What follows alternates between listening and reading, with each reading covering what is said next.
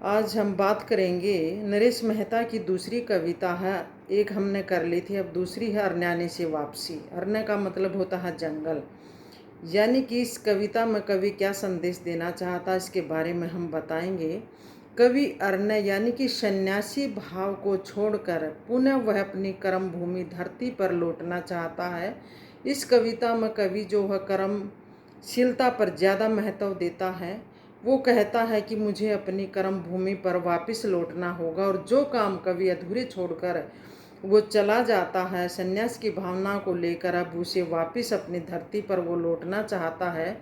और जो दुखी हृदय है, उनके दुख की वेदना से पीड़ित लोगों के वो उनको वेदना को कम करना चाहता, उनके दुखों का हरण करना चाहता है।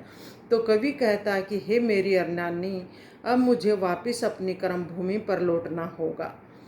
तो कवि जो है वो एक अपने समय की सबसे महत्वपूर्ण वो घटना बनना चाहता है। एक कविता के रूप में वो अपने विचारों को कविता के माध्यम से लोगों तक जो बात वो कहना चाहता है, तो वो एक समय की कहता है कि मैं सबसे महत्वपूर्ण घटना बन सकूं। विचारों को अपनी कविता के माध्यम से लोगों तक वो पहुंचाना चाहता है, और कहता है कि एक मैं महत्वपूर्ण घटना बन सकूं। और अपनी कर्मभूमि पर जाकर वो मानव समाज में फैली हुई समस्याओं का समाधान करना चाहता है कवि। वह कहता है कि जब मैं अपनी कर्म भूमि में जाकर एक ऐसी कविता का रूप धारण करना चाहता हूँ जो अपने विचारों से सत्य का प्रत्यक्ष दर्शन करवा सकती है। और ऐसी स्थिति में जब कविता ईश्वर की एक लीला और स्वयं बन जाएगी, जब वो लोगों के बीच में आएगी, सत्य का साक्षात दर्शन करवाएगी, तो वो स्वयं उपनिषद बन जाती है, ऐसी कवि का कहना है। परंतु जब कोई वो कहता कविता भाषा रूपी भोजपत्र धारण कर लेती है, तो वह आनंद प्रदान करने वाली और परस्पर लगाव तल्लीनता का वो गायन बन जाती है, और विनय पूर्वक प्रार्थना करने वाली, सौंदर्य का गान कराने वाली कविता ऐसा रूप वो ले लेगी लोगों के बीच में जाकर, ऐसा कवि का मानना है।